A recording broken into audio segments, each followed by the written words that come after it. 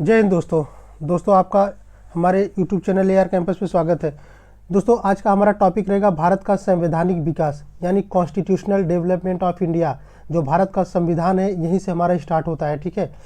इसमें हम देखेंगे कि कंपनी कैसे गठित होती है, कंपनी कैसे बनी है, ईस्ट इंडिया कंपनी भारत में कैसे आती है, उसका एकाधिकार कैसे मिला भारत में शासन करने के लिए, व्यापार करने के लिए, और व्यापार करते करते हमारे राजनीतिक में पदार्पण हस्तक्षेप कैसे करना स्टार्ट कर दिया है। इस एक्ट में इन सब के प्रावधानों को हम बारीकी से और एक स्टोरी के माध्यम स्टेप बाय स्टेप देखते चलेंगे। और मैंने इसको एक ही वीडियो में पूरा कंप्लीट कर दिया है, अलग अलग वीडियो मैंने नहीं बनाया है, ठीक है। तो आइए हम स्टार्ट करते हैं, ठीक है। अब भारत का संवैधानिक विकास, पहले हम समझेंगे कि संवैधानिक कॉन्स्टिट्यूशनल मतलब होता क्या है। आप एक चीज़ जानोगे कि विधान मतलब क्या होता है दोस्तों। विधान मतलब होता है कि नियम, ठीक है। नियम कैसा नियम, जैसे आप एग्जाम्पल के तौर पे देखेंगे कि आप अगर एक स्टूडेंट से सुबह उठेंगे, नहाएंगे, फ्रेश होंगे नहाएंगे, उसके बाद आप नाश्ता करेंगे, फिर उसके बाद बैग लेके जाएंगे, स्कूल में जाएंगे, पढ़ेंगे, वहाँ से आएंगे। आपका ये सिस्टम से नियम, आप नियम से कोई काम कर रहे हैं। इसी तरह से जो ईस्ट इंडिया कंपनी थी भारत में जब आई, यहाँ पे व्यापार और शासन करने के लिए उसने भी एक नियम बनाया, ठीक है। अब ये नियम बड़े लेवल पे बनाया कि भारत में शासन कैसे करना है, प्रशासन कैसे करना है, व्यापार कैसे करना है। इस तरह से जब बड़े लेवल पे हो गया तो ये संवैधानिक कहलाया, ठीक है। संवैधानिक छोटे पे होता तो विधान हो गया, बड़े पे हो गया संवैधानिक। तो भारत का संवैधानिक विकास यहीं से स्टार्ट होता है। इसमें हम दो चीज़ों को देखेंगे, ठीक है। भारत का जो संवैधानिक विकास है यहाँ पे दो भागों में बांटा गया है।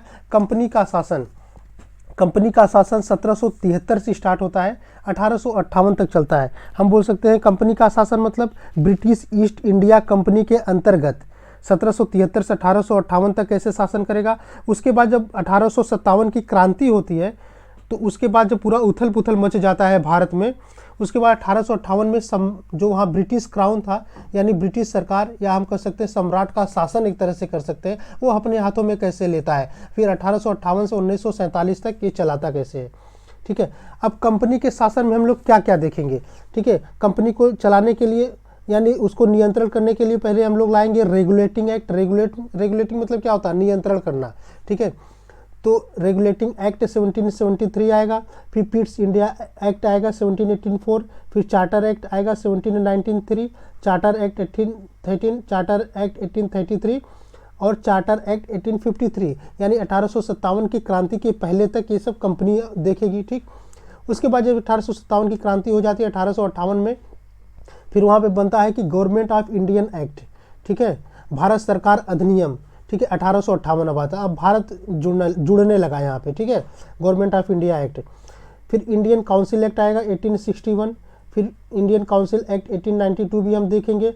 भारत परिषद अधिनियम, इसी को हिंदी में इंडियन काउंसिल एक्ट को हिंदी में ही भारत परिषद अधिनियम कहते हैं, ठीक है। वो 1909 की बात करेंगे हम, यानी मार्ले मिंटो सुधार की बात करेंगे, ठीक। अब उसके बाद भारत सरकार अधिनियम देखेंगे 1919 का, और भारत सरकार अधिनियम 1935 देखेंगे, और भारतीय स्वतंत्रता अधिनियम 1947।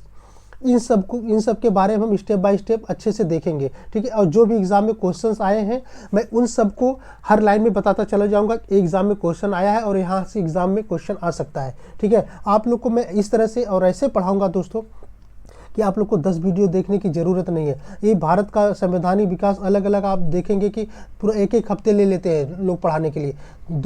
मतलब एक वीडियो, एक टॉपिक पढ़ाने के लिए 1 घंटे लिए हैं। आप देखेंगे कितने टॉपिक्स हैं इसमें, 3 मतलब 5 से 6 दिन लगा देते हैं। मैंने इसको बहुत अच्छे तरीके से एक ही वीडियो में कंप्लीट किया है, ठीक है। आइए अब देखते हैं। हम पहले हम देखेंगे रेगुलेटिंग एक्ट 1773 से पहले दो चार्टर एक्ट आते हैं 1600, ठीक है। पहले चार्टर एक्ट 1600 का देखेंगे हम। इसी के द्वारा महारानी जो एलिजाबेथ प्रथम रहती हैं, ब्रिटिश ईस्ट इंडिया कंपनी को 15 सालों के लिए एकाधिकार देती हैं ताकि आप ईस्ट में बिजनेस करिए, भारत में आप व्यापार करिए, ठीक। अब आप देखेंगे ईस्ट इंडिया कंपनी क्यों बोला गया। आप लोग देखेंगे ये ईस्ट होता है, ये वेस्ट, नॉर्थ, साउथ, ठीक है। अब जो आपका ये भारत है, ठीक है, अब जो आपका ये भारत है, ठीक, ये कहाँ पे है आप देख रहे हैं, ये ईस्ट और नॉर्थ के बीच में है, और आपका यूरोप यहाँ पे है, ठीक है। अब यूरोप से तो भारत ईस्ट में ही है ना, तो इसीलिए बोला गया ईस्ट इंडिया कंपनी, ठीक है। यहाँ पे तो ये इधर आते थे व्यापार करने के लिए पूरब में, ठीक। यूरोप वाले। तो चार्टर एक्ट 1600 का राजलेख कर सकते हैं, या हम इसे बोलते हैं अधिकार पत्र बोलते हैं। ठीक है, अब देखेंगे कि कंपनी 1599 में, कंपनी जो है 1599 में गठित हो जाती है, लेकिन एग्जाम में तो हम लोग बोलते हैं कंपनी कब गठित होती है, 1600 में। क्यों? क्योंकि चार्टर एक्ट के द्वारा 1600 के द्वारा ही तो कंपनी भारत में आई। अब ये देखिए, महारानी एलिजाबेथ प्रथम, ठीक है, इन्होंने क्या किया, 15 वर्षों के लिए कंपनी को एकाधिकार दिया। अब ये क्वेश्चन उठता है, एकाधिकार क्या होता है? एकाधिकार को हम लोग इंग्लिश में कहते हैं मोनोपॉली। ठीक है, क्या कहते हैं? मोनोपॉली कहते हैं। अब ये मोनोपॉली मतलब क्या होता है कि कोई कंपनी है, ठीक है, उसका वहाँ पे एकाधिकार, मतलब मैं ही हूँ, हमारे अलावा कोई और कंपनी नहीं आ सकती है, ये हमारा यहाँ पे एकाधिकार है। ठीक है, तो इसीलिए ब्रिटिश से जो कंपनी आई है, केवल यही ईस्ट इंडिया कंपनी आई है, बोला कि उन्होंने 15 साल के लिए आपका एकाधिकार रहेगा, इसके अलावा यहाँ ब्रिटेन से कोई और कंपनी जाएगी नहीं भारत में व्यापार करने के लिए, आप केवल वहाँ पे केवल आप ही रहोगे। तो इन्होंने बोला ठीक है। अब आगे हम इसी में देखेंगे, आगे पढ़ेंगे। 1600 से चार्टर एक्ट बनता है, 1813 तक ये एकाधिकार इनका चलता रहता है। बाद में धीरे धीरे 1833 में पूरा एकाधिकार खत्म हो जाता है। ठीक है, इन सबको देखेंगे। अब उसके बाद जब ये कंपनी बनी, ठीक है, ईस्ट इंडिया कंपनी गठित हो गई। ठीक है, अब ये कंपनी बनी है तो कंपनी को चलाने के लिए तो कोई चाहिए, तो कंपनी को चलाने के लिए कोप ऑफ डायरेक्टर, ठीक है, इस जिसको हम हिंदी बोलते हैं निदेशक मंडल, कोप ऑफ डायरेक्टर बोलते हैं। अब ये कोप ऑफ डायरेक्टर को नियुक्ति कौन करता था? अब मैं बता रहा हूँ, कोप ऑफ डायरेक्टर की नियुक्ति करते थे कोप ऑफ प्रीपिटर्स, COP, कोप ऑफ प्राइपेटर्स। ठीक है, कोप ऑफ प्रीपिटर्स बोलते हैं, ठीक है, इनको COP बोलते हैं। अब उसके बाद अब ये COP कौन होते थे? जैसे ये कंपनी बनता है दोस्तों ना, ये कंपनी है, अब कंपनी कोई बनी तो कंपनी बहुत बड़ी कंपनी, छोटी मोटी कंपनी है नहीं। इसमें जो ब्रिटेन के उद्योगपति थे बहुत सारे लोग, सब लोग ने यहाँ पे पैसा लगाया। ठीक है, सब लोग ने पैसा लगाया, कोई 10 पाउंड लगाया, कोई 100 पाउंड लगाया, ठीक है, कोई 500 पाउंड लगाया, कोई 1000 पाउंड लगाया। तो जो ये 500 पाउंड लगाते थे ना शेयर होल्डर, ठीक है, ये जो 500 पाउंड लगाते थे शेयर होल्डर 500 वाले, तो ये लोग चुनाव करते थे कोप ऑफ प्रीपिटर्स का। ठीक है, जो 10, देखिए 10 पाउंड है, 100 पाउंड है, 500 पाउंड, 1000 पाउंड, मतलब इतने इतने पैसे लोग लगाते थे। जिनका शेयर होल्डर 500 पाउंड के ऊपर है उनको हम लोग बोलते हैं कोप ऑफ प्रोपिटर्स, कोप ऑफ प्रोपिटर्स बोलते हैं। नाम याद रखना, एग्जाम में तो नहीं पूछता है लेकिन कोप ऑफ डायरेक्टर पूछ लेता है। ठीक है, तो इनको हम बोला गया कोप ऑफ प्रोपिटर्स। यही कोप ऑफ प्रोपिटर्स क्या करते थे? कोप ऑफ डायरेक्टर का चुनाव करते थे। ठीक है, जो ये कोप ऑफ प्रोप्राइटर्स थे, मैं नाम लिख ही देता हूँ। ठीक है, कोप ऑफ प्रोप्राइटर्स,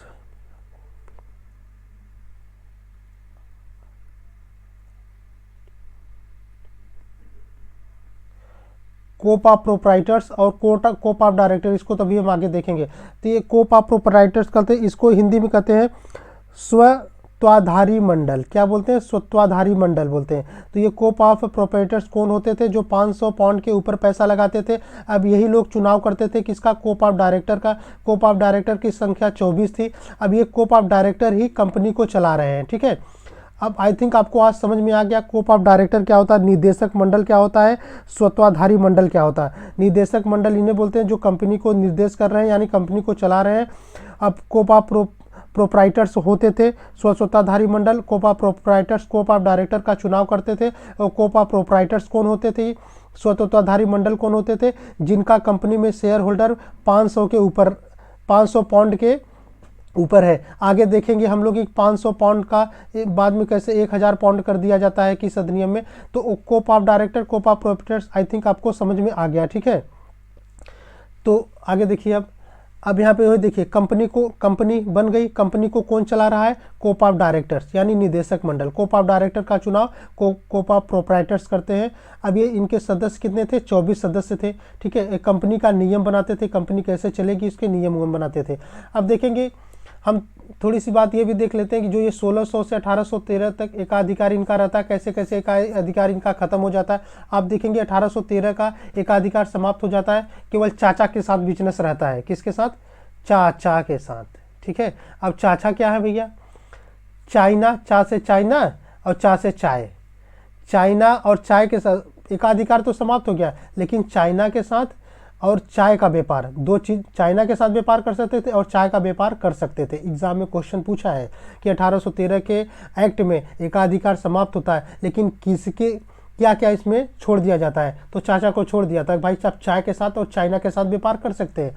लेकिन आगे 1833 में जब आता है ये पूर्ण रूप से चाचा को भी ख़त्म कर देता है, ठीक है, अब ये भी नहीं रहेंगे, ठीक। और आते आते 1858 में जब 1857 की क्रांति होती है, 1858 में कंपनी का धीरे धीरे शासन, मतलब कंपनी धीरे धीरे एक साथ कह सकते हैं समाप्त हो जाती है। उसके बाद पूरा ब्रिटिश जो गवर्नमेंट होती है पूरा बागडोर संभाल लेती है अपने हाथ में, ठीक।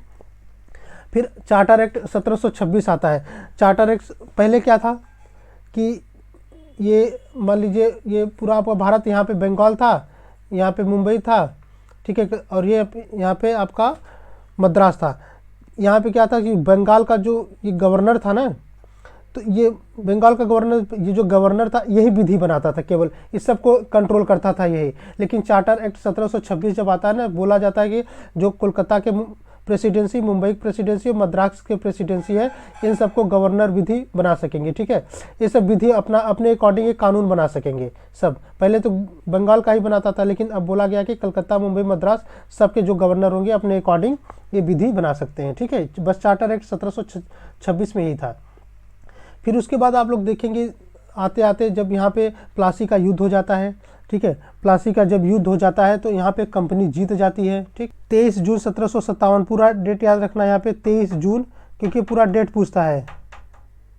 तो आप यहाँ पे देखेंगे कि रॉबर्ट क्लाइव, ठीक है, जो ब्रिटिश सेनापति था, रहता था, अंग्रेज सेनापति रॉबर्ट क्लाइव, ठीक है, रॉबर्ट क्लाइव के बीच में और किसके बीच में, बंगाल का नवाब कौन था, सिराजुद्दौला था, उन दोनों के बीच में होता है। तो सिराजुद्दौला यहाँ पे किस तरह से हार जाता है, मीर जाफ़र धोखा कर देता है, ठीक है, सिराजुद्दौला का सेनापति रहता है, मीर जाफ़र धोखा कर देता है, रॉबर्ट क्लाइव यहाँ पे ये युद्ध जीत जाता है। उसके बाद आप देखेंगे कि 1757 के बाद आप 1764 की बात करेंगे, 1764 की बात करेंगे तो बक्सर का युद्ध होता है। बक्सर का युद्ध में यहाँ भी कंपनी जीत जाती है। यहाँ पे अंग्रेज जो सेनापति था हेक्टर मुनरो था, ठीक है, हेक्टर मुनरो था। और यहाँ पे बंगाल के तरफ से 3 लोग लड़ते हैं। बंगाल का नवाब कौन था, मीर कासिम था, ठीक है, मीर कासिम बंगाल का नवाब था। उसके बाद आप देखेंगे कि दिल्ली का उस टाइम पे दिल्ली में मुग़ल शासन चलता था। मुग़ल शासन के जो सम्राट आलम द्वितीय थे, ठीक है, शाह आलम द्वितीय भी थे, ठीक है, शाह आलम द्वितीय भी थे, ये भी थे, मीर कासिम हो गए, शाह आलम द्वितीय हो गए, और अवध का नवाब शुजाउद्दौला था, और अवध का नवाब शुजाउद्दौला था। इन तीनों ने मिल के युद्ध किया। फिर भी हेक्टर मुनरो के सामने ये लोग हार जाते हैं। जब जैसे ही बक्सर का युद्ध खत्म होता है ये लोग हार जाते हैं, कंपनी जीत जाती है। कंपनी एक तरह से यहाँ पे बोल सकते हैं कि निर्णायक युद्ध है, निर्णायक युद्ध बोलते हैं, क्योंकि कंपनी इसके बाद ही संधि करती है कि इलाहाबाद की संधि 1765 में शाह आलम द्वितीय के साथ और रॉबर्ट क्लाइव के साथ। इस संधि में बोला गया कि बंगाल और बिहार और उड़ीसा, बंगाल उड़ीसा बिहार की दीवानी कंपनी को मिल गई, ठीक है। और जब कंपनी को दीवानी मिल जाती है और उसके बाद पहले आप देखेंगे कि शासन को 2 भागों में बांट दिया गया था यहाँ पे, ठीक है, शासन को 2 भागों में बांट दिया गया था। एक बोला गया था कि दीवानी और एक बोला गया था निज़ामत, ठीक है, दीवानी और निज़ामत, ठीक है। अब दीवानी में क्या होता था, दीवानी में होता था कि राजस्व का मामला होता था पूरा। दीवानी में राजस्व का मामला यानी पैसों का मामला होता था, पैसा वसूलना, लगान वसूलना, टैक्स वसूलना, इन सब का मामला होता था। ये कंपनी ने अपने हाथ में ले लिया पैसों का मामला। और निज़ामत का मामला बोल दिया, नवाबों को दे दिया, ठीक है, ये नवाबों को दे दिया। बोला कि आप लोग क्या करिए, जो लॉ ऑर्डर कानून व्यवस्था को बनाए रखिए, आप लोग जनता का काम करिए और व्यवस्था कानून को एक मतलब संभावना तरीके से अच्छे से आप चलाइए। अब जब ये लोग लॉ ऑर्डर चला रहे हैं तो इनको भी कंपनी से पैसे चाहिए। अगर कंपनी प्रॉपर तरीके से पैसे नहीं दे पाती थी, आनाकानी करती थी पैसे देने में, तो इन दोनों के बीच में टकरार स्टार्ट हो गया, ठीक है। अब धीरे धीरे आप देखेंगे कि कंपनी का राजनीतिक में पदार्पण हो गया। पदार्पण कैसे हो गया कि जब यहाँ पे जैसे ही शासन स्टार्ट कर दिया, यहाँ पे इलाहाबाद की संधि के बाद बंगाल, बिहार और उड़ीसा की दीवानी भी अपने हाथ में ले ली और व्यापार भी अपना कर रहे हैं। तो इसीलिए बोल सकते हैं कंपनी का राजनीति में अपना पदार्पण स्टार्ट कर दिया, क्योंकि उस टाइम पे जो राजा महाराजे थे उन लोग से संधि करने स्टार्ट कर दिए यहाँ पे ये लोग। अब उसके बाद क्लाइव ने बंगाल में द्वैध शासन लगा दिया। अब द्वैध शासन से क्या मतलब हो गया, अब ये देख लीजिए शासन था, दो भागों में बांट दिया गया था, ये शासन दो भागों में बांट दिया, एक दीवानी एक निजामत वाले में, तो द्वैध शासन लग गया यहाँ पे। ठीक, अब जब कंपनी स्टार्ट हो गया, द्वैध शासन लग गया। अब कंपनी के जो कर्मचारी लोग थे, जो कंपनी के कर्मचारी लोग थे, ये लोग क्या करते थे, व्यापार तो कर ही रहे हैं, कंपनी का व्यापार चल रहा है, ये लोग अपना निजी व्यापार भी भारतीयों से करना स्टार्ट कर दिए। जिस तरह से इसको एक तरह से बोलते हैं, ये लोग करप्शन करना स्टार्ट कर दिए कंपनियों के खिलाफ। ठीक है, करप्शन कर रहे हैं, निजी व्यापार कर रहे हैं, भारतीयों से उपहार और रिश्वत भी ले रहे हैं। अब ये लोग इतना यहाँ पे लूट घसोट के जब ब्रिटेन पहुँचते थे इनके कर्मचारी कंपनी के, तो आप बड़े बड़े आलीशान घर बनाते थे, बड़ी बड़ी गाड़ियों से जाते थे और उनके बच्चे बड़े बड़े स्कूल कॉलेजों में पढ़ते थे।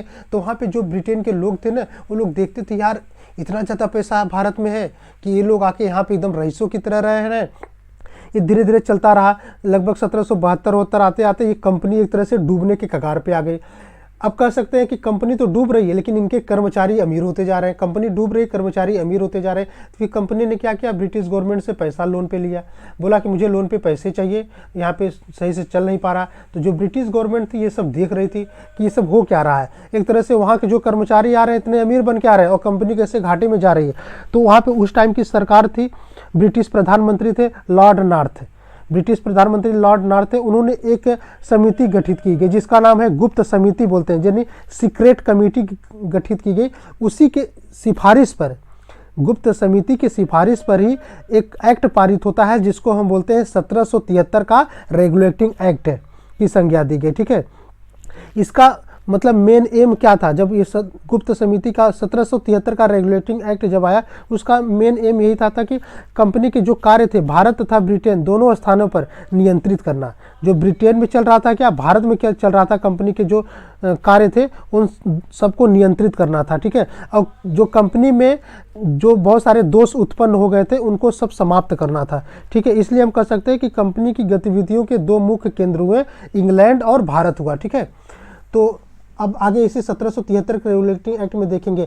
और जो दोस्तों ये रॉबर्ट क्लाइव ने बंगाल में द्वैध शासन लगाया था ना, ये बाद में विफल हो जाता है, जब कंपनी घाटे में जल्दी चली जाती है तो ये विफल हो जाता है। ठीक है, भ्रष्टाचार के कारण द्वैध शासन विफल हो जाता है। ठीक है, अब आगे देखिए 1773 का रेगुलेटिंग एक्ट कैसे आया। मैंने बताया कि उस टाइम पे ब्रिटिश पीएम कौन था, लॉर्ड नॉर्थ थे, याद रखना लॉर्ड नॉर्थ थे। उन्होंने एक समिति का गठन किया जिसका नाम था गुप्त समिति। ठीक है, उसी के आधार पर रेगुलेटिंग एक्ट है। रेगुलेटिंग मतलब ही होता है नियंत्रित करना। जैसे आपके घरों में सिलेंडर है ना, सिलेंडर देखो उसमें रेगुलेटर लगा होता है ना, रेगुलेटर क्या करता है, उससे आप लोग क्या करते हैं, गैस को कम या ज़्यादा करते हैं। ठीक है, यानी उसको नियंत्रित करते हैं। ठीक है, यही है रेगुलेटिंग।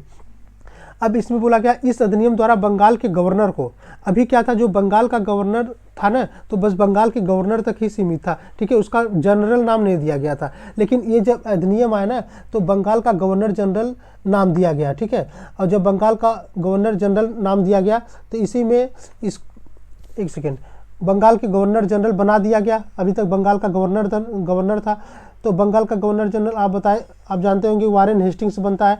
अब जब गवर्नर जनरल बना गया, लेकिन उसकी सहायता के लिए 4 सदस्यीय कर्मचारी परिषद की नियुक्ति किया गया। ठीक है, उसकी सहायता के लिए 4 सदस्यीय कर्मचारी परिषद की नियुक्ति किया गया। अब ये जो 4 सदस्यीय कर्मचारी थे ना, तो इसमें से आप लोग जानेंगे कि जब कोई गवर्नर जनरल कोई नियम बनाएगा, कोई कानून बनाएगा, तो इन चारों से सहायता लेगा, यानी चारों को बताएगा। ठीक है, जब ये चारों सहमत नहीं होंगे तो बंगाल का गवर्नर जनरल थी उसकी वो सीमित कर दिया गया था। ठीक है, उसके पावर को सीमित कर दिया गया था, यानी वीटो पावर नहीं दिया गया कि हम इसको निषेध कर दें, हम इसके बात को नहीं मानेंगे। लेकिन यहाँ पे बोला गया कि 4 सदस्य का सहमति लेना जरूरी है। अब 4 सदस्य है, उसमें कोई नियम बनना था, तो अगर 3 बोलेंगे हाँ तो नियम बनेगा, और नहीं बोलेंगे तो नियम नहीं बनेगा। तो चारों सदस्य में से आप लोग देखेंगे जो एक सदस्य रहते हैं, पहले चारों का आप नाम जान लीजिए, नाम मैं बता देता हूँ आपको। उनका नाम था क्लेवरिंग, मानसून, बारवेल, फ्रांसिस। ठीक है, क्लेवरिंग, मानसून, बारवेल, फ्रांसिस। और जो फ्रांसिस था ना, वो जो वारेन हेस्टिंग्स का इसका एक तरह से दोस्त था, तो ये तो हमेशा वारेन हेस्टिंग्स के खिलाफ तो जाएगा नहीं, लेकिन जो 3 लोग थे ना उसके खिलाफ हमेशा जाते थे, इसलिए कोई कानून उसे बनाने जल्दी नहीं देते थे। ठीक है, अब उसके बाद आप देखेंगे कि इसके बाद जब 4 सदस्य थे और बंगाल का गवर्नर जनरल, दोनों में तालमेल नहीं बैठता, तो इसी में आप 1773 के रेगुलेटिंग एक्ट 1774 में आप लोग देखेंगे सुप्रीम कोर्ट का भी यहाँ पे एक सर्वोच्च न्यायालय का बंगाल में गठन किया जाता है। उन सबको भी हम देखते हैं। पहले बंगाल का प्रथम गवर्नर जनरल कौन हुआ? वारेन हेस्टिंग्स हुआ। ठीक है, अब क्वेश्चन उठता है वारेन हेस्टिंग्स को क्यों बनाया गया था? क्योंकि इसके पहले जो बंगाल का गवर्नर था, जनरल नहीं, बंगाल का गवर्नर था, वारेन हेस्टिंग्स था। अगर पूछे गए कि बंगाल का प्रथम गवर्नर कौन था, तो लॉर्ड रॉबर्ट क्लाइव था। जनरल नहीं लगाया हूँ भी। बंगाल का प्रथम गवर्नर रॉबर्ट क्लाइव, बंगाल का अंतिम गवर्नर वारेन हेस्टिंग्स, बंगाल का प्रथम गवर्नर जनरल वारेन हेस्टिंग्स। इस बात को आप याद रखना। ठीक है, अभी आप क्या बोला गया कि मुंबई तथा मद्रास के प्रेसिडेंसियों को बंगाल के गवर्नर जनरल के अधीन कर दिया गया था। अभी मैंने बोला था मुंबई का, मद्रास का, कोलकाता के, तीनों के अलग अलग प्रेसिडेंसी के अलग गवर्नर जो थे, अलग अलग कानून, अलग अलग विधि बना पाएंगे। लेकिन यहाँ पे 1773 के रेगुलेटिंग एक्ट को अब भारत में केंद्रीकृत किया जा रहा है, केंद्र शासन को केंद्रीकृत किया जा रहा है। बोला कि मुंबई और मद्रास के जो प्रेसिडेंसियों के गवर्नर थे वो बंगाल गवर्नर जनरल के अधीन, उसके अंडर में कर दिया गया। ठीक, अब उसके बाद बोला गया इसी अधिनियम के तहत 1774 में कोलकाता यानी बंगाल में एक उच्चतम न्यायालय यानी सुप्रीम कोर्ट की स्थापना की गई। याद रखना 1773 का रेगुलेटिंग एक्ट 1774 में किया जाता है। ठीक, अब हम बोलते हैं कि उच्चतम न्यायालय को अभिलेख न्यायालय बोला गया। अब अभिलेख न्यायालय क्या होता है? अभिलेख न्यायालय ये होता है जो उच्चतम न्यायालय में जो भी केस या जो भी मामला उसने बोल दिया कि फाइनल है तो फाइनल ही होगा। ठीक है, वो आप जाके कुछ निचली अदालत में उसके विरुद्ध आप मुकदमा दायर नहीं कर सकते कि इसने गलत न्यायालय दिया। तो इसी को हम लोग बोलेंगे अभिलेख न्यायालय। ठीक है, ये अभिलेख न्यायालय, उच्चतम न्यायालय बहुत अच्छे से हम आगे आपको समझाएंगे जब हम सुप्रीम कोर्ट पढ़ेंगे तब।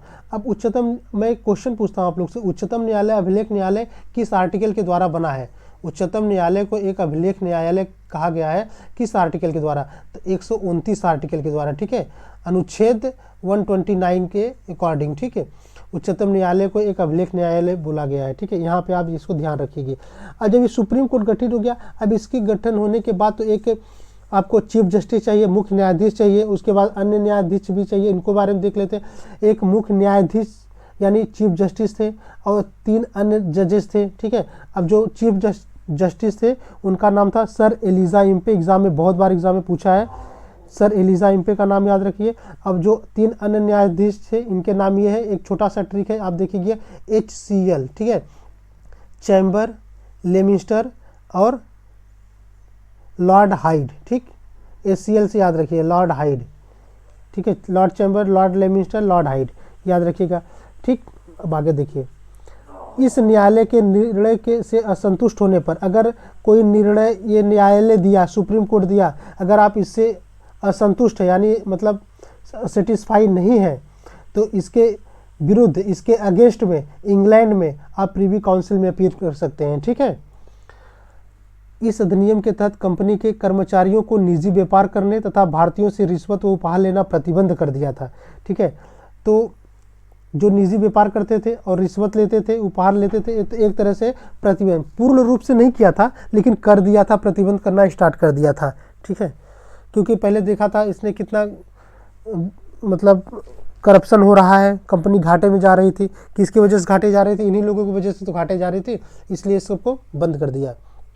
1781 का संशोधित अधिनियम आता है। ठीक है, इसमें क्या गया, जो 1773 का रेगुलेटिंग एक्ट में कमियां थी इनको यहाँ पे ख़त्म कर दिया गया। और सबसे ज़्यादा प्रॉब्लम किस में होती थी? गवर्नर जनरल में और सुप्रीम कोर्ट जो बनी थी। अब उसमें देखिए कैसे, अब उसने बोला कि जो सर्वोच्च न्यायालय यानी सुप्रीम कोर्ट है, कंपनी के कर्मचारियों के विरुद्ध कार्यवाही नहीं कर सकती है। ठीक है, अब जो कंपनी के जो कर्मचारी होते हैं उनको सुप्रीम कोर्ट से अलग ही कर दिया, एक तरह से कह सकते हैं कि उनके विरुद्ध कोई कार्रवाई नहीं कर सकती, चाहे गलत काम करे चाहे अच्छा काम करे। इसी कानून के द्वारा जो कलकत्ता के जो सभी निवासी थे उसको सर्वोच्च न्यायालयिक न्यायाधिकार क्षेत्र में उसके अंतर्गत आना होगा, जितने भी वहाँ पे मतलब निवासी लोग थे। ठीक है, और बोला गया कि अगर कोई भी कानून बन रहा है, अगर सुप्रीम कोर्ट कोई कानून बना रहा है या कानून को लागू कर रहा है, वो सब जो कानून बन रहा है उसके माइंड में भारत में जो रह रहे थे हिंदू, मुसलमान और अन्य सामाजिक एवं धार्मिक रीति रिवाजों का भी ध्यान रखा गया। यानी उनके धार्मिक और रीति रिवाजों का हनन न हो, उनके रीति रिवाजों में प्रॉब्लम न हो, ऐसा कानून सुप्रीम कोर्ट बनाएगी। अगर ऐसा कानून नहीं है तो नहीं बना पाएगा। ठीक, इस कानून द्वारा राजस्व संबंधी जो मामले थे, ठीक है, अब देखिए राजस्व संबंधी मामले और वसूली से जुड़े मामले को भी सर्वोच्च न्यायालय के क्षेत्राधिकार से मुक्त कर दिया था। ठीक है, ये सब उसके अंतर्गत नहीं आएंगे। और इस कानून द्वारा उल्लिखित किया गया कि प्रांतीय न्यायालय, जो प्रांतों के न्यायालय थे, वो अपील सर्वोच्च न्यायालय में न करके कहाँ पे करेंगे, गवर्नर जनरल इन काउंसिल के यहाँ दाखिल हो, सर्वोच्च न्यायालय में दाखिल न हो। ठीक, वही इसमें भी है, इस कानून द्वारा गवर्नर जनरल इन काउंसिल को प्रांतीय न्यायालय के अधिनियम के लिए नियुक्त किया गया है। इतना इंपॉर्टेंट नहीं है, बस आप जानते रहिए। आगे देखिए, पिट्स इंडिया अधिनियम आता है 1784। ठीक है, ध्यान से सुनिएगा। जब 1773 का रेगुलेटिंग एक्ट आया था ना दोस्तों, तो ये सब चलता रहा, लेकिन न उसके बाद क्या हुआ कि सरकार किसकी थी, मैंने बताया था आपको, लॉर्ड नॉर्थ की थी। लॉर्ड नॉर्थ की सरकार चल रही थी। तो जो रेगुलेटिंग एक्ट की कमियां आई, उसको उनके दोषों को दूर करने के लिए 1773 में 1783 में एक अधिनियम बनाया गया। उसे हम बोलते हैं डंडास अधिनियम। ठीक है, बस जानते रहिए क्या है डंडास एक्ट, यानी डंडास अधिनियम आया गया। अब उसके बाद 1773 में मतलब 1783 में ही एक विधेयक लाया गया, जिसको हम बोलते हैं फॉक्स का भारतीय विधेयक। ठीक है, क्या बोलते हैं, फॉक्स का भारतीय विधेयक। ठीक है, याद रखना। 1783 में रेगुलेटिंग एक्ट की कमियों को दूर करने के लिए डंडास एक्ट आया, और डंडास एक्ट के बाद फॉक्स का भारतीय विधेयक लाया गया। किंतु दोनों ही विधेयक पारित नहीं हो पाए थे। जब विधेयक पारित नहीं हो पाते हैं तो क्या करते हैं, लॉर्ड नॉर्थ और फॉक्स की गठबंधन की सरकार को त्यागपत्र देना पड़ जाता है। तो हम कह सकते हैं किसी भारतीय विषय पर एक अंग्रेजी सरकार का पतन का यह प्रथम और अंतिम दृष्टांत था। किसी एक भारतीय विषय पर ब्रिटिश की सरकार को त्यागपत्र देना पड़ा था। किसकी सरकार थी, लॉर्ड नॉर्थ और फॉक्स की सरकार, मिलीजुली गठबंधन की सरकार थी। जब ये सरकार गिरती है तो उसके बाद प्रधानमंत्री बनते हैं पिट्स साहब जी बनते हैं। जब पिट्स प्रधानमंत्री बनते हैं तो इसी के बाद आता है पिट्स इंडिया एक्ट आ जाता है। ठीक है, अब हम पिट्स इंडिया एक्ट को अच्छी तरीके से समझेंगे। ठीक है, आइए देखते हैं इसमें क्या क्या प्रावधान है। अब आप देखेंगे कि कोर्ट ऑफ डायरेक्टर्स बने थे, उसमें कितने सदस्य थे, 24 सदस्य थे। ये 24 सदस्य क्या करते थे, कंपनी को चलाते थे। अब कंपनी को दो भागों में चलाते थे, एक व्यापार और एक राजनीतिक भागों में स्टार्ट कर दिए थे। क्यों, क्योंकि कोर्ट ऑफ डायरेक्टर्स का काम ही होता था, क्या होता था, कंपनी को चलाना। ठीक है, अब भारत में ये सब चलता था। ठीक है, अब कंपनी एवं भारतीय शासन पर नियंत्रण के लिए ही पिट्स इंडिया एक्ट 1784 आया था। 1773 में रेगुलेटिंग एक्ट की कमियों को दूर करने के लिए पिट्स इंडिया अधिनियम 1784 आया, और एक किस लिए आया था, कंपनी एवं भारतीय शासन पर नियंत्रण करने के लिए। ठीक, अब कैसे नियंत्रण करेगा, ये नियंत्रण करने के लिए इन्होंने एक बोर्ड का गठन किया, जिसको हम बोलते हैं बोर्ड ऑफ कंट्रोल, यानी नियंत्रक बोर्ड।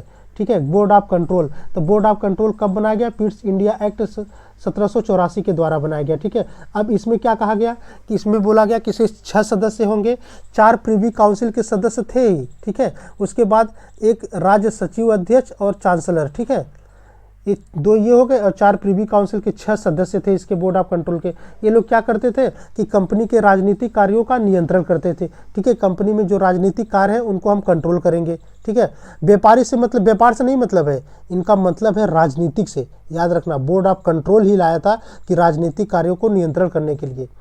ठीक, अब बोर्ड ऑफ डायरेक्टर्स कौन थे, 24 सदस्य थे, ये देख ही रहे हैं। ये लोग क्या करते थे, कंपनी के व्यापारिक कार्यों का नियंत्रण कर सकते थे। ठीक है, तो हम कह सकते हैं पिट्स इंडिया एक्ट के द्वारा 2 चीज़ लागू हुआ। जो बोर्ड ऑफ कंट्रोल थे वो लोग राजनीतिक कार्यों को कंट्रोल करते थे। अब बोर्ड ऑफ डायरेक्टर्स क्या होते थे, वो कंपनी के यानी व्यापारिक कार्यों का नियंत्रण करते थे। ठीक है, तो इस तरह से हम बोलते हैं द्वैध शासन की व्यवस्था की शुरुआत हुई।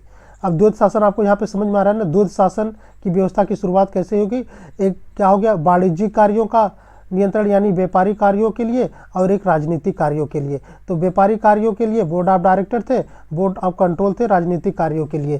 तो इसी तरह से यहाँ पे देखिए मैप में ये सीओडी और बीओसी, सीओडी मतलब कोप ऑफ डायरेक्टर, बीओसी मतलब बोर्ड ऑफ कंट्रोल। ये लोग क्या करते हैं, सीओडी व्यापारिक कार्यों को देखता था, बीओसी राजनीतिक कार्यों को देखते थे। ये लोग क्या करते थे, कंपनी जो होती थी गवर्नर जनरल होता था, ठीक है। अभी कंपनी गवर्नर जनरल में दोहरा प्रशासन हो गया। दोहरा प्रशासन कैसे, व्यापारिक अलग कर दिया, राजनीतिक अलग कर दिया, ठीक।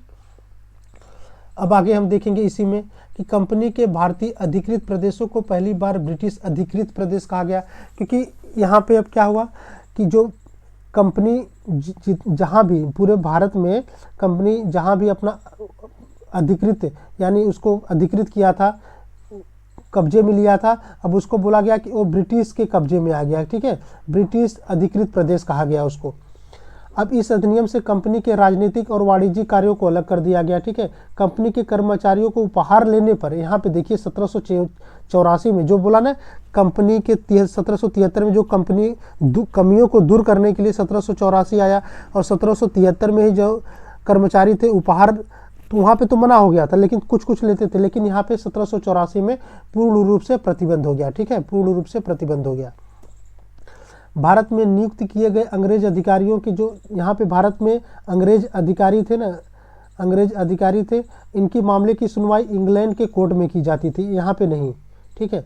और देसी राजाओं से अगर युद्ध करना हो, आपको संधि करना हो, तो पहले ब्रिटेन सरकार से आपको अनुमति लेनी पड़ेगी, ठीक है। देसी राजाओं से युद्ध करना हो, संधि करना हो, जैसे उस टाइम जब ये सब चल ही रहा था तो क्या था कि मराठाओं का युद्ध, आंग्ल मैसूर युद्ध, कर्नाटक युद्ध, ठीक है, सब युद्ध भी हो रहे थे। तो वही ब्रिटिश सरकार कहती है कि अगर आपको संधि करना है, युद्ध करना है, पहले ब्रिटिश सरकार से आपको अनुमति लेनी पड़ेगी, ठीक।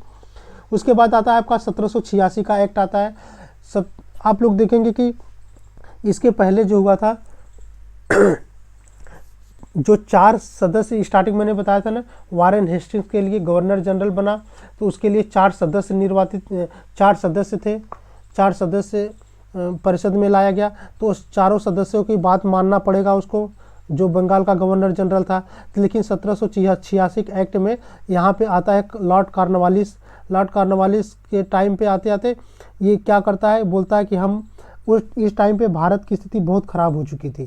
तो ये लॉर्ड कॉर्नवालिस जो कि भारत से बहुत ज़्यादा अवगत था, बहुत अच्छे से जानता था, ठीक है, लॉर्ड कॉर्नवालिस की इसलिए बना के भेजा गया। तो इसने पहले कहा कि हम एक शर्त पे भारत में जाएंगे, वहाँ पे गवर्नर जनरल बनने के लिए पहले हमको कुछ विशेष परिस्थितियों में हमें कुछ अधिकार चाहिए। उन्होंने, ब्रिटिश सरकार ने बोला, बोलो क्या चाहिए, तो उन्हें बोला कि जो पहले 4 परिषद बनाए थे ना आपने, उसके जिसे निर्णय अगर कुछ लेता है तो हम उसको, उसके निर्णय को निरस्त कर सकते हैं, यानी मुझको वीटो पावर दिया जाए। तो उन्होंने बोला भाई ठीक है चलो, तो वीटो पावर इसको मिल गया, ठीक है। यहाँ पे 1786 के एक्ट में इनको वीटो पावर मिल जाता है कि आप वो जो परिषद 4 परिषद बताए थे उसके जो निर्णय होते थे उसको आप निरस्त कर सकते हैं। और जो सेना के प्रधान की शक्ति है ना, सेना के जो हेड है ना, उसकी शक्तियों का गवर्नर जनरल के पास कर दिया जाए, ठीक है। उन्होंने बोलते चलो ठीक है, ये भी बोल सकते हैं। इसलिए हम बोल सकते थे गवर्नर जनरल की शक्तिशाली, गवर्नर जनरल को शक्तिशाली बना दिया गया लॉर्ड कॉर्नवालिस के टाइम पे ही, ठीक। आइए अब आगे देखते हैं। अब आता है 1793 का चार्टर कानून एक्ट, ठीक है। अब भारत में कंपनी के व्यापारिक एकाधिकार को अगले 20 वर्ष की अवधि के लिए बढ़ा दिया गया, ठीक। अभी तो 1773 आ ना, अब 1773 के बाद आपका जो है ये था ना कि 20-20 सालों के लिए बढ़ाएगा। अभी बीच में तो ये सब ड्रामा वरामा चल रहा था, 1773 बाद अब 1793 देखिए आप लोग, ठीक है। इसमें क्या हुआ कि कंपनी के जो व्यापारिक एकाधिकार थे ना, उसको अगले 20 साल के लिए बढ़ा दिया गया।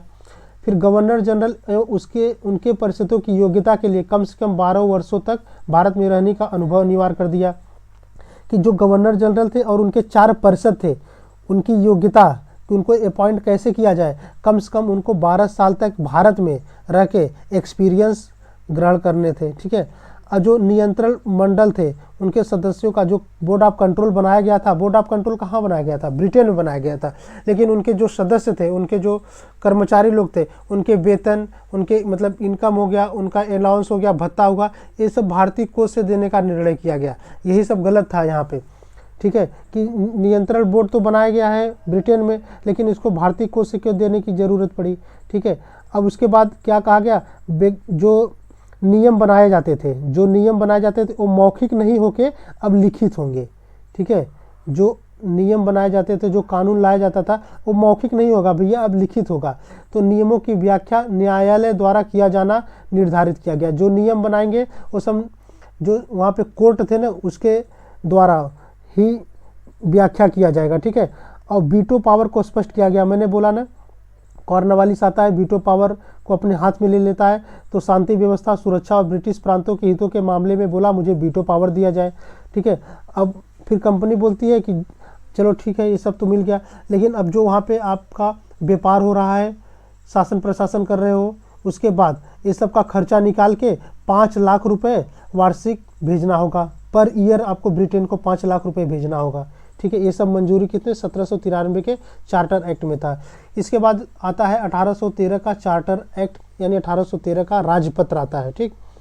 इसमें बोला गया अब कंपनी का एकाधिकार, मैंने बार बार बता रहा हूँ, 1600 के चार्टर एक्ट में मिला था, ठीक है, 15 सालों के लिए। उसके बाद 1893 में 20 सालों के लिए बढ़ा दिया गया।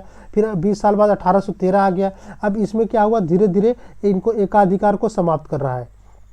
एकाधिकार को समाप्त कर दिया। एकाधिकार को जब समाप्त करेगा तो इसके कारण क्या होगा कि जो ब्रिटिश के जो व्यापारी होंगे, भारत में जो सभी ब्रिटिश व्यापारी होंगे, भारत में जाकर व्यापार अपना बिजनेस कर सकते हैं, ठीक है, बिजनेस कर सकते हैं, ठीक। एकाधिकार अगर समाप्त होगा, लेकिन चाचा के साथ एकाधिकार बना रहा। चाचा मतलब चाइना और चाय के साथ, मैंने स्टार्टिंग में ही बताया, चाइना और चाय के साथ इनका एकाधिकार बना रहा। उसके बाद इस कानून के द्वारा ईसाई मिशनरियों, जो ईसाई मिशनरी थे, जिन्हें ईसाई के धार्मिक लोग थे, उनको बोला गया कि आप लोग भारत में जाइए, वहाँ धर्म प्रचार करिए, वहाँ लोगों को, वहाँ की महिलाओं से आप लोग शादी करिए, उनका धर्म परिवर्तन कराइए, उनको ज़्यादा से ज़्यादा लोगों को उनको शिक्षा दीजिए और अपने में मिला लीजिए, ठीक है। तो बोल सकते हैं 1813 के चार्टर एक्ट में ही आया ये ईसाई मिशनरियों का भारत में आकर धर्म प्रचार करना। और सबसे इम्पॉर्टेंट लाइन ये है, एग्ज़ाम में, पीसीएस में, आरओ में भी पूछ चुका है कि भारतीयों को शिक्षित करने के लिए 1 लाख रुपए का खर्च का प्रावधान किस आर्टिकल में किया गया है, 1813 के चार्टर एक्ट में किया गया है, ठीक है। 1813 के चार्टर अधिनियम में किया गया, भारतीयों को शिक्षित करने का निर्देश, ठीक। 1 लाख रुपए खर्च किया गया था। उसके बाद कर लगाने की व्यवस्था की गई, कर अदा न करने पर दंड की भी व्यवस्था की गई। इस कानून द्वारा कंपनी शासित क्षेत्रों पर ब्रिटेन के राजा की महत्ता और प्रभुता स्थापित हो गई, ठीक है। जो कंपनी शासित क्षेत्र थे, जहां कंपनी शासन करती थी, वहां पे अब ब्रिटेन की राजा की महत्ता और प्रभुता स्थापित की गई 1813 का चार्टर एक्ट में, ठीक। और नियंत्रण बोर्ड की शक्ति को परिभाषित किया गया। अब नियंत्रण जो बोर्ड थे, बोर्ड ऑफ कंट्रोल, उनकी जो शक्ति थी उसको परिभाषित भी किया गया इसी में, ठीक। 1833 का चार्टर अधिनियम आता है। सबसे पहले इसमें हम यही देखेंगे कि जो बंगाल का गवर्नर जनरल था, वो संपूर्ण पूरे भारत का गवर्नर जनरल घोषित कर दिया गया। अब बोला गया कि जो ये बंगाल, पहले क्या था कि बंगाल जो ये गवर्नर जनरल था, बंगाल का गवर्नर जनरल कहलाता था। बस वो बंगाल के गवर्नर जनरल वहाँ पे नियंत्रण करता था, बाकी जगह नियंत्रण नहीं करता था, बल्कि जगह छोटे छोटे प्रेसिडेंसी थे तो वहाँ लोग अपनी मनमानी करते थे। अभी चलता ही रहा, लेकिन देखते देखते समय के साथ हर चीज़ चेंज होता था, कानून भी बदलते रहते हैं। तो 1833 का जब चार्टर एक्ट आया, इसमें बोला गया कि अब बंगाल का जो गवर्नर जनरल है वो बंगाल का न रह के पूरा भारत का होगा, ठीक है। तो आप कह सकते हैं भारत का प्रथम गवर्नर जनरल कौन बनाया जाता है, लॉर्ड विलियम बेंटिक बनाया जाता है, ठीक, लॉर्ड विलियम बेंटिक। अगर हम आपसे पूछें कि बंगाल का लास्ट गवर्नर जनरल, तो लॉर्ड विलियम बेंटिक होगा। अरे जब ये लास्ट था, इसी के बाद तो भारत का बनेगा ना, ये बंगाल का governor general Lord William Bentinck, तो लास्ट वाला, उसके बाद ही जस्ट बनाया जाता है भारत का प्रथम गवर्नर जनरल। तो भारत का प्रथम governor general Lord William Bentinck भी हुआ, ठीक।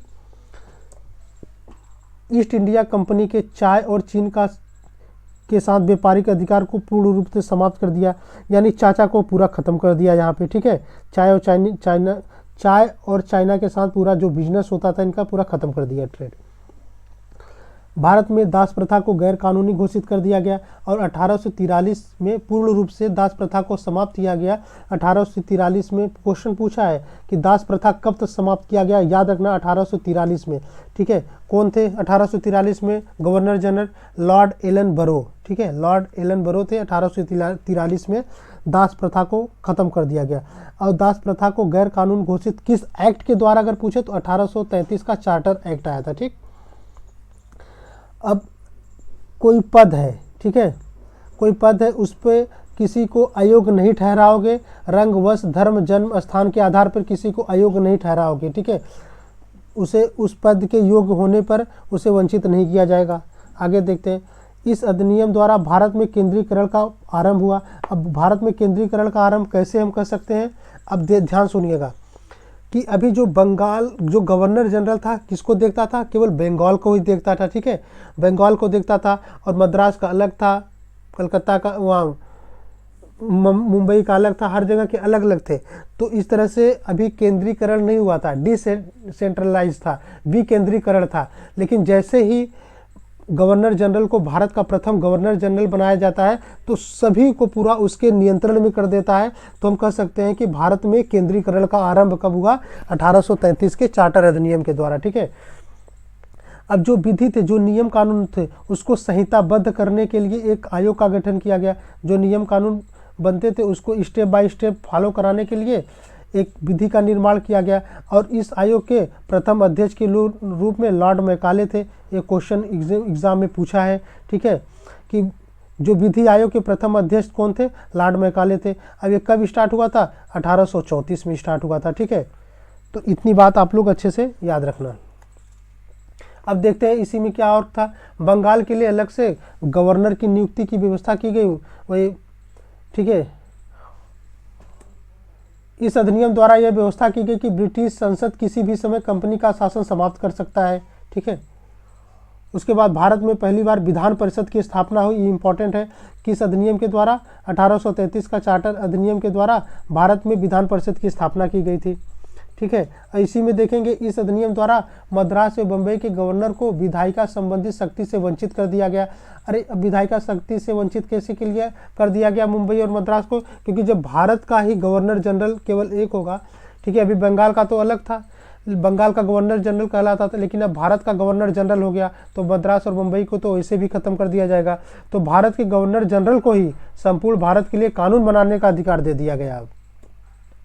चार्टर एक्ट 1833 के द्वारा सिविल सेवकों के चयन के लिए प्रतियोगिता का आयोजन का प्रयास किया गया, किंतु बोर्ड ऑफ डायरेक्टर के विरोध के कारण इसका प्रावधान समाप्त हो गया। पहले प्रतियोगिता स्टार्ट हुआ था लेकिन ख़त्म कर दिया गया था। ठीक है, तो हम कह सकते हैं कि अब एग्ज़ाम में कैसे कैसे क्वेश्चन पूछता है मैं इसको आपको बता दूं। अगर पूछे आपको, और हाँ 1833 में एक चीज़ और था। ठीक है, कि बिना लाइसेंस के भारत में ब्रिटिशर्स आ जा सकते हैं। ठीक है, यहाँ बस सकते थे और व्यापार करने की स्वतंत्रता भी प्रदान हो गई थी 1833 के चार्टर अधिनियम में। अगर आपसे क्वेश्चन पूछे कि ईस्ट इंडिया कंपनी के व्यापारिक अधिकार को किस अधिनियम द्वारा समाप्त किया गया, पूछा है क्वेश्चन, 1833 बोलेंगे। अब भारत का प्रथम गवर्नर जनरल कौन बना, लॉर्ड विलियम बेंटिक जी बने। ठीक है, और किस अधिनियम द्वारा गवर्नर जनरल की परिषद में विधि सदस्य की नियुक्ति का प्रावधान है, तो 1833 में कौन बना था विधि सदस्य, पहला लॉर्ड मैकाले बने थे। ठीक है, और सबसे बढ़िया क्वेश्चन ये पूछा है एग्जाम में, सबसे पहले भारत में शासन के केंद्रीकरण का प्रयास किस अधिनियम में दिखता है, तो 1833 के राजलेख अधिनियम में दिखता है। क्यों, क्योंकि यहाँ पे बंगाल का गवर्नर जनरल अब नहीं होके भारत का गवर्नर जनरल यानी केंद्रीकरण कर दिया गया। ठीक है, क्वेश्चन ये भी पूछा है, दास प्रथा को गैर कानूनी किस अधिनियम द्वारा घोषित किया गया था, अधिनियम दो पूछा है, तो 1833 के चार्टर अधिनियम द्वारा, और 1843 के नियम की जांच होती है, फिर उसके बाद रोक दिया जाता है। ठीक, इतनी चीज़ आपको ध्यान में रखना है। ठीक, अब हम देखते हैं आगे 1853 का चार्टर एक्ट। इतना इम्पोर्टेंट नहीं है, बस इतने जान लीजिए। इस अधिनियम द्वारा कर्मचारियों की नियुक्ति के लिए अब यहाँ पे 1853 में सिविल सेवकों की भर्ती का चयन हेतु खुली प्रतियोगिता का आरंभ हुआ। ठीक है, अगर बोले कि प्रतियोगिता परीक्षाएं कब स्टार्ट हुई थी, 1853 में। तो भारतीय सिविल सेवा का संबंध 1854 ईस्वी में लॉर्ड मैकाले समिति की नियुक्ति में की गई थी। मतलब मैकाले समिति की नियुक्ति में भारतीय सिविल सेवा के संबंध में 1854 में एक समिति बनाई थी। इस अधिनियम द्वारा पहली बार गवर्नर जनरल की परिषद के उसके विधायी और प्रशासनिक कार्यों को अलग कर दिया गया। अभी जो गवर्नर जनरल की परिषद थे, जो विधायी और प्रशासनिक कार्य को देखते थे ना, इन सबको यहाँ पे अलग कर दिया गया। और निदेशक मंडल के सदस्यों को 24 से घटाकर 18 कर दिया गया। ठीक है, अब देखिए कैसे हो रहा है। जब ब्रिटिश अपने हाथ में ये सब ले रही है ना, तो कंपनी के अधिकारों को, उसके प्रभावों को कैसे कैसे कम कर रही है। देखिए, क्योंकि वेतन देना पड़ रहा है ब्रिटिश सरकार को, ब्रिटिश सरकार अपने हाथ में ले लिया। तो पहले 24 सदस्य थे, जब बोले थे कोप ऑफ डायरेक्टर्स, जो स्टार्टिंग में कंपनी बनी थी, कंपनी को चला रहे थे 24 लोग, अब 18 लोग को कर दिया। ठीक है, अब 18 लोग को इनको वेतन देना पड़ेगा। ठीक, ये सब इसमें है। अब 1858 का भारतीय सरकार अधिनियम देख लीजिए। 1858 का अब सरकार अधिनियम चालू हो जाएगा आपका। अगर क्वेश्चन आपसे पूछे भारत में कंपनी शासन का अंत किस अधिनियम द्वारा किया गया है। अब जो भारत में कंपनी शासन थी उसका अंत कर दिया गया था कंपनी का 1858 में ही। ठीक है, चलिए आगे देखते हैं। इसी में हम भारत के शासन सीधे ब्रिटिश सम्राट महारानी विक्टोरिया के अधीन हो गया। ठीक है, अब उस टाइम महारानी कौन थी? महारानी विक्टोरिया थी, याद रखना। महारानी एलिजाबेथ नहीं थी, महारानी विक्टोरिया थी। तो भारत का शासन सीधे किसके हाथ में चला गया? ब्रिटिश सम्राट के हाथ में। ठीक, भारत में गवर्नर जनरल के पद का नाम बदल के अब वायसराय कर दिया। ठीक है, 1858 में बहुत सारे चेंजेस होंगे, देखते रहना। 1858 अब गवर्नर जनरल ने वायसराय बोला जाएगा। इस प्रकार भारत का प्रथम वायसराय लॉर्ड कैनिंग हुआ। ठीक, तो भारत सचिव के नाम से एक नया पद का सृजन किया गया। ठीक है, भारत सचिव का नाम अब यहाँ पे दिया गया। अब प्रथम भारत सचिव को भारतीय शासन पर संपूर्ण नियंत्रण की शक्ति निहित हुई। अब भारत सचिव जो भी गवर्नर जनरल होगा भारत में, मतलब यानी जो वायसराय होगा, तो वायसराय बिना भारत सचिव के कुछ कर नहीं सकता। जब तक भारत सचिव किसी भी कानून में हामी नहीं भरेगा तब तक कोई वायसराय कुछ कर नहीं सकता। ठीक है, तो भारत सचिव ब्रिटिश सरकार है अब यहाँ पे। अब देखिए वायसराय को और भारत सचिव को कैसे अलग करके भारत सचिव की महत्ता यहाँ पे बढ़ा दिया गया।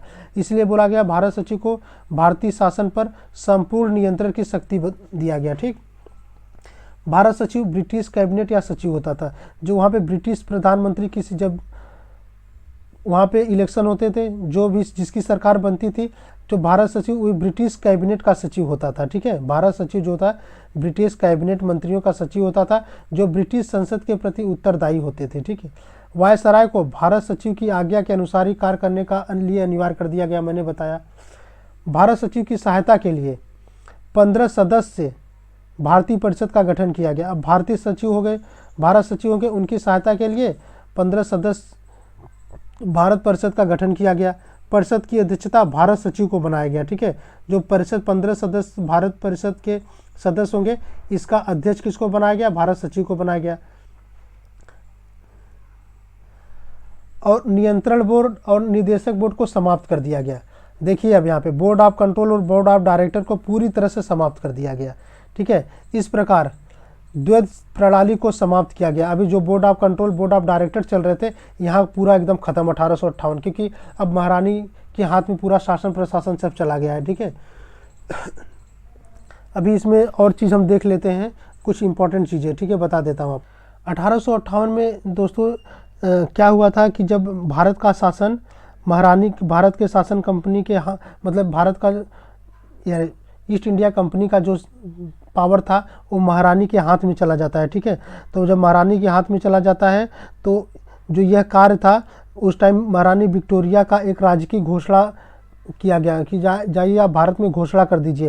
तो उस टाइम लॉर्ड कैनिंग ने ये घोषणा पत्र पढ़ा था महारानी का, और ये पूछा जाता है क्वेश्चन में, लॉर्ड कैनिंग ने उस टाइम, क्योंकि 1858 के टाइम पे लॉर्ड कैनिंग ही गवर्नर मतलब वायसराय था। ठीक है, वायसराय था। तो वायसराय इलाहाबाद में 1 नवंबर 1858 को ये उद्घोषणा पढ़ता है। ठीक है, कि भारत का शासन कंपनी के हाथों में लिया जा रहा है। ठीक, और इसमें अगर क्वेश्चन आपसे पूछे, मैंने तुम्हें बता दिया कि 1858 में कंपनी शासन के अंत के पश्चात शासन संचालन की शक्ति किसमें निहित होती थी? भारत के मंत्री या भारत सचिव उसे हम बोल सकते थे, और उसको 15 सदस्य भारत सचिव उसके सहायता के लिए थे। ठीक है, ये क्वेश्चन एग्जाम में पूछा, मैंने आपको बता दिया। ठीक है, अगर क्वेश्चन ये भी पूछा है कि 1784 के पिट्स इंडिया एक्ट, जो 1784 बोर्ड ऑफ डायरेक्टर तथा बोर्ड ऑफ कंट्रोल के जो अधिनियम आया था, तो 1858 में ही कंप्लीट कर दिया गया। ये सब जो मैंने पॉइंट बताए सब एग्जाम पर्पज से बहुत इंपॉर्टेंट है। आगे देखते हैं। 1861 का भारत परिषद अधिनियम आता है। इस अधिनियम द्वारा विधान परिषद की संख्या में वृद्धि हो गई। अभी विधान परिषद बना दिया गया। विधान परिषद कब बनाया? जस्ट इसके पहले ही 1858 में बना दिया गया। ठीक है, 1858 के अधिनियम में बना दिया गया विधान परिषद। अब इसकी संख्या में वृद्धि धीरे धीरे हो रही है। अब वायसराय लॉर्ड कैनिंग था पहला, तो वायसराय को परिषद में गैर सरकारी सदस्यों के रूप में मनोनीत करने का अधिकार दिया गया। ठीक है, वायसराय को परिषद में अगर कोई गैर सरकारी सदस्य है उनको भी मनोनीत कर सकता है। उसी क्रम में 1862 में लॉर्ड कैनिंग ने बनारस के राजा और पटियाला के राजा और सर दिनकर राव को मनोनीत किया था। ठीक है, किसमें? वह परिषद में, जो विधान परिषद बना था उसमें बोला गया कि इसके संख्या में वृद्धि करिए, और बोला गया कि वायसराय को कि अब इसमें आप लोग गैर सरकारी सदस्यों को भी मनोनीत कर सकते हैं। तो उसी क्रम में 1862 में लॉर्ड कैनिंग ने कहा ठीक है, जब मनोनीत कर सकते हैं तो हम बनारस के राजा और पटियाला के राजा और सर दिनकर राव को मनोनीत करते हैं। ठीक है, तो 1862 में हम कर सकते हैं अगला बंगाल तथा 1866 में उत्तर पश्चिम सीमा प्रांत और 1857 में पंजाब में विधान परिषद का गठन होता है। ठीक है, तो 1862 में बंगाल में, 1866 में उत्तर पश्चिम सीमा प्रांत और 1857 में पंजाब में क्या होता है? तो ये 1857 हो गया, 1867 है। ठीक है, पंजाब में विधान परिषद का गठन हुआ। और आपातकाल की स्थिति में वायसराय को अधिकार दिया गया कि बिना काउंसिल की संस्तुति के भी अध्यादेश जारी कर सकता है। ठीक है, ये भी इतना इम्पोर्टेंट लाइन नहीं है। और इसकी शक्ति प्रदान की जिसकी अवधि कितनी थी? 6 माह थी। ठीक, इस अधिनियम के द्वारा वायसराय को प्रेसिडेंसियों तथा प्रांतों की सीमाओं के उद्घोषणा एवं उसमें परिवर्तन करने का अधिकार दिया गया था 1861 के अधिनियम में ही। ठीक है, इस प्रकार हम कह सकते हैं कि पुनः विकेंद्रीकरण की प्रक्रिया शुरू हो जाती है। ठीक है, भारत परिषद अधिनियम 1892 भी हम देखेंगे इसमें क्या क्या हुआ था। ठीक है, इस अधिनियम के द्वारा केंद्र और प्रांत थे उसमें विधान परिषदों के अतिरिक्त गैर सरकारी सदस्यों की संख्या बढ़ा दी गई। इसके बावजूद क्या था? बहुमत सरकारी सदस्यों का ही रहता था। ठीक है, इस अधिनियम द्वारा विधान परिषदों के कार्यों में वृद्धि की गई। ठीक, बजट का ब्यौरा परिषदों में देना आवश्यक हो गया। याद देंगे, क्वेश्चन पूछता है कि बजट कब आया था सबसे पहले। ठीक है, तो अगर पूछे आपसे बजट किस में आया था तो भारतीय परिषद अधिनियम में आया था 1892 में। ठीक है, और सदस्यों को यह अधिकार दिया गया कि वह कार्यपालिका के कार्यों के बारे में प्रश्न पूछ सकता था, लेकिन वो अनुपूरक प्रश्न नहीं पूछ सकता था। ठीक है, इस अधिनियम में मुख्य बात यह थी कि केंद्रीय विधान परिषद और बंगाल चैम्बर ऑफ कॉमर्स में वायसराय को गैर सरकारी सदस्यों के नामांकन के लिए शक्तियों का उल्लेख है। इतना इंपॉर्टेंट नहीं है ये सब। ठीक है, भारत परिषद अधिनियम 1909, ये देखिए बहुत इंपॉर्टेंट है, एग्जाम में यहाँ से क्वेश्चन आते हैं। इसको हम लोग बोलते हैं मार्ले मिंटो सुधार। ठीक है, मार्ले आपके भारत सचिव थे, मैंने बताया ना भारत सचिव कब गठन किया गया था? 1858 के एक्ट में। ठीक, और मिंटो कौन थे? वायसराय थे। ठीक है, तो इसमें क्या किया गया? केंद्रीय और प्रांतीय विधान परिषदों की संख्या में वृद्धि की गई। जो अभी विधान परिषद बने थे ना, केंद्र का अलग प्रांत का अलग, उसमें उनके जो सदस्य थे उनमें इंक्रीमेंट हुआ, उनकी वृद्धि की गई। और केंद्र परिषद में जहां 16 संख्या थी अब उसको 60 कर दिया गया। ठीक है, अब बोला गया, सबसे इंपॉर्टेंट लाइन ये है, इस अधिनियम द्वारा पहली बार पृथक निर्वाचन व्यवस्था की प्रारंभ किया गया। ठीक है, पृथक निर्वाचन व्यवस्था का प्रारंभ किया गया। और इस अधिनियम में यह व्यवस्था दी गई कि मुस्लिम सदस्यों का चुनाव मुस्लिम मतदाता ही कर सकते हैं। इस प्रकार सांप्रदायिक व्यवस्था का प्रावधान किया गया। ठीक है, ये बहुत इंपॉर्टेंट लाइन है, एग्जाम में पूछा है कि मार्ले मिंटो सुधार किस लिए आया था? तो सांप्रदायिक व्यवस्था के लिए। इसमें क्या बोला गया कि मुस्लिमों को ठीक है मतदाता का अधिकार दिया गया इसमें। ठीक, इस कारण लॉर्ड मिंटो को सांप्रदायिक निर्वाचक के जनक के रूप में याद किया जाता है। अगर आपसे क्वेश्चन पूछे सांप्रदायिक निर्वाचक के जनक कौन थे तो लॉर्ड मिंटो जी थे। ठीक है, विधायिका के कार्य क्षेत्र का दायरा बढ़ाया गया। अब जो अभी बजट इसके पहले आया था तो बजट में अनुपूरक प्रश्न नहीं पूछ सकते थे, लेकिन यहाँ पे अब क्या है, अनुपूरक प्रश्न पूछ सकते हैं। और जनहित के बारे में कोई चीज़ है तो वहाँ भी प्रश्न पूछने का अधिकार, इन सब का अधिकार इसी में दिया गया मार्ले मिंटो सुधार में। ठीक, सशस्त्र सेना विदेश संबंध या देशी रियासत से संबंध विषय विधायिका के क्षेत्र से बाहर कर दिया गया। ठीक है, जो ये सशस्त्र सेना विदेश संबंध था और देशी रियासत इन लोग से संबंधित जो विधेयक था या विधायक था, इन सबको क्षेत्र से बाहर कर दिया गया। ठीक है, विधायक क्षेत्र से बाहर कर दिया गया। इस अधिनियम के तहत पहली बार किसी भारतीय को गवर्नर जनरल विधायी परिषद कार्यकारिणी में नियुक्त करने की व्यवस्था की गई। ठीक, तो इसी द्वारा इसी पार्लियामेंटो सुधार में ही बोल सकते हैं कि वायसराय की कार्यकारिणी में प्रथम भारतीय सदस्य के रूप में सत्येंद्र नाथ सिन्हा का चयन किया गया, इन्हें विधि सदस्य बनाया गया। ठीक है, ये इंपॉर्टेंट लाइन है। इंपॉर्टेंट लाइन क्या है? प्रथम भारतीय सदस्य के रूप में किसे चुना गया था वायसराय की कार्यकारिणी में? तो सत्येंद्र नाथ सिन्हा को। ठीक, इस अधिनियम द्वारा प्रेसिडेंसी कॉरपोरेशन, जमींदार आदि के लिए अलग अलग प्रतिनिधियों की व्यवस्था की गई। जो प्रेसिडेंसी थे, कॉरपोरेशन, जमींदार थे, इन लोगों के लिए अलग अलग प्रतिनिधित्व की व्यवस्था की गई इसी अधिनियम में, पार्लियामेंटो सुधार। अब भारत शासन अधिनियम 1919 देखते हैं, ये भी इम्पॉर्टेंट है। इसमें क्या है कि इसको हम लोग बोलते हैं मॉन्टेग्यू चेम्सफोर्ड सुधार। क्यों बोलते हैं? मॉन्टेग्यू भारत के राज सचिव थे और चेम्सफोर्ड के थे भारत के वायसराय थे। ठीक है, इसमें क्या बोला गया? चेम्सफोर्ड सुधार के रूप में ही जाना जाता है। इस अधिनियम के अनुसार वायसराय की कार्यकारी परिषद के 6 सदस्यों में से कमांडर इन चीफ के पद को छोड़कर 3 सदस्य को भारतीय होना अनिवार्य था। और इस कानून के तहत सांप्रदायिक आधार पर, अभी इसके पहले 1909 में पार्लियामेंटो सुधार में सांप्रदायिक आधार पर मुस्लिमों को निर्वाचक मंडल में शामिल किया गया था। अब यहाँ पे बोला गया भारतीय, ईसाई, सिख, आंग्ल भारतीय और यूरोपों के लिए भी पृथक निर्वाचक मंडल की व्यवस्था की गई। ठीक है, इसमें किया गया केंद्र और प्रांत के जो विधान परिषद को अपनी अपनी सूचियों के विषय पर कानून बना सकते थे। जैसे सूची आता, 3 सूची इस टाइम में, राज्य सूची, ठीक है, केंद्र सूची और 2 विषय दिए गए थे, आरक्षित विषय और हस्तांतरित विषय, इसी में दिया गया था। ठीक है, तो आप देख सकते हैं कि इस प्रकार द्वैत शासन की नई पद्धति शुरू की गई। फिर से द्वैत शासन की कैसे?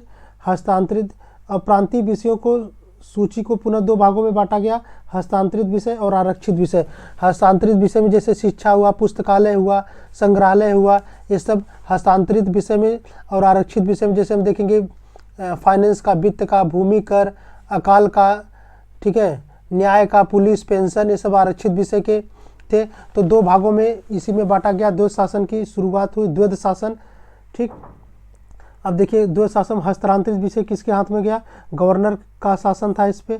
और आरक्षित विषय पे गवर्नर और कार्यपालिका परिषद की सहायता से शासन करता था।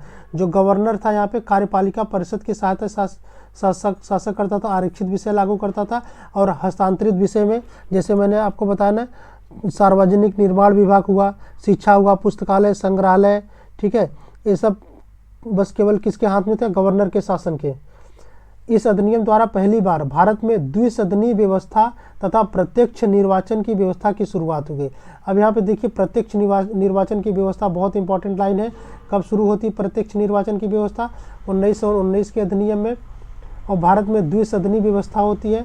ठीक है, इसमें भारतीय विधान परिषद के स्थान पे द्विसदनीय व्यवस्था, अभी भारतीय विधान परिषद चल रहा था, अब इसके स्थान पे द्विसदनीय व्यवस्था आया। ठीक है, देखिए द्वैत शासन और द्विसदनीय व्यवस्था अलग है। द्वैत शासन ये हस्तांतरित विषय और आरक्षित विषय पर प्रांतीय विषयों पे सूची को पुनः 2 भागों में बांटा गया था। ठीक है, और लेकिन ये द्विसदनीय व्यवस्था क्या है? द्विसदनीय व्यवस्था, ठीक है, अलग है। ठीक है, तथा प्रत्यक्ष निर्वाचन व्यवस्था की शुरुआत की गई थी इसी में। ठीक,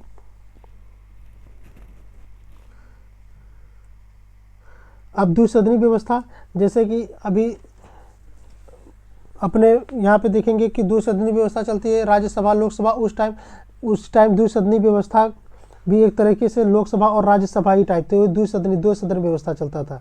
1926 ईस्वी में सिविल सेवकों की भर्ती के लिए केंद्रीय लोक सेवा आयोग का गठन किया गया था 1926 में। ठीक है, भारत में पहली बार महिलाओं को वोट देने का अधिकार मिला 1926 में। उस समय इंग्लैंड के प्रधानमंत्री कौन थे? लॉर्ड जॉर्ज थे। ठीक है, ये तीनों एग्जाम में पूछ चुका है।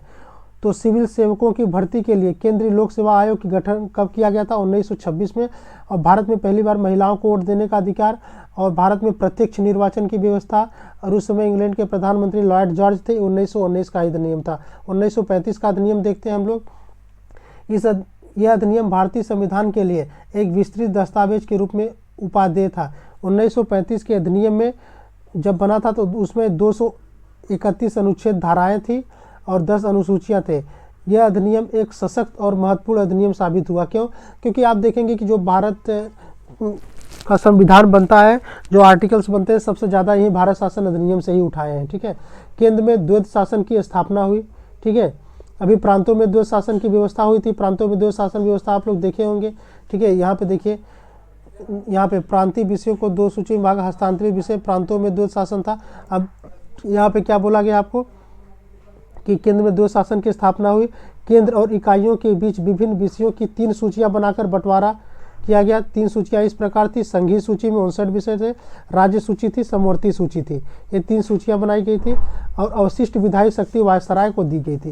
ये पूछता है, एग्जाम में क्वेश्चन पूछा है कि अवशिष्ट विधायी शक्ति किसके पास थी?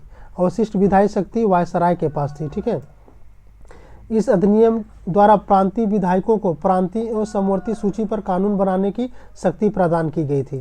ठीक, अब इसमें आप लोग देखेंगे एक चीज़ और, इस अधिनियम द्वारा संघीय और प्रांतीय लोक सेवा आयोग की स्थापना की गई थी। ठीक है, संघीय और प्रांतीय लोक सेवा आयोग की स्थापना की गई थी। अखिल भारतीय संघ की स्थापना की गई, परंतु इसमें मुख्य बात यह थी कि देशी रियासतों ने शामिल होने से मना कर दिया था।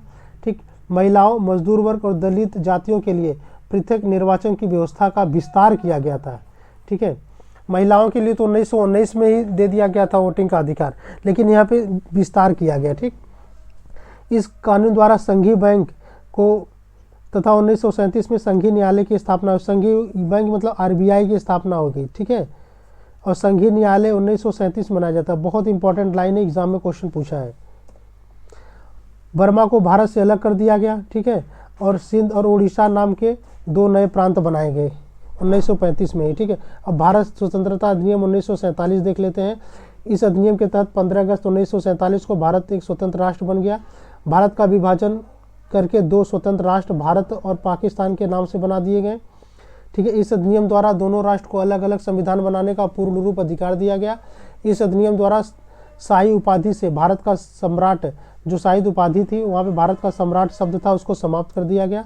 इस अधिनियम द्वारा ब्रिटेन में भारत सचिव का पद समाप्त कर दिया गया। अब जब आज़ादी मिल गई तो ये भारत सचिव पद ये सब कुछ समाप्त हो गए। ठीक, इस अधिनियम द्वारा भारतीय रियासतों को यह स्वतंत्रता दी गई कि चाहे वह भारत या पाकिस्तान में विलय हो सकते हैं अथवा स्वतंत्र भी रह सकते हैं।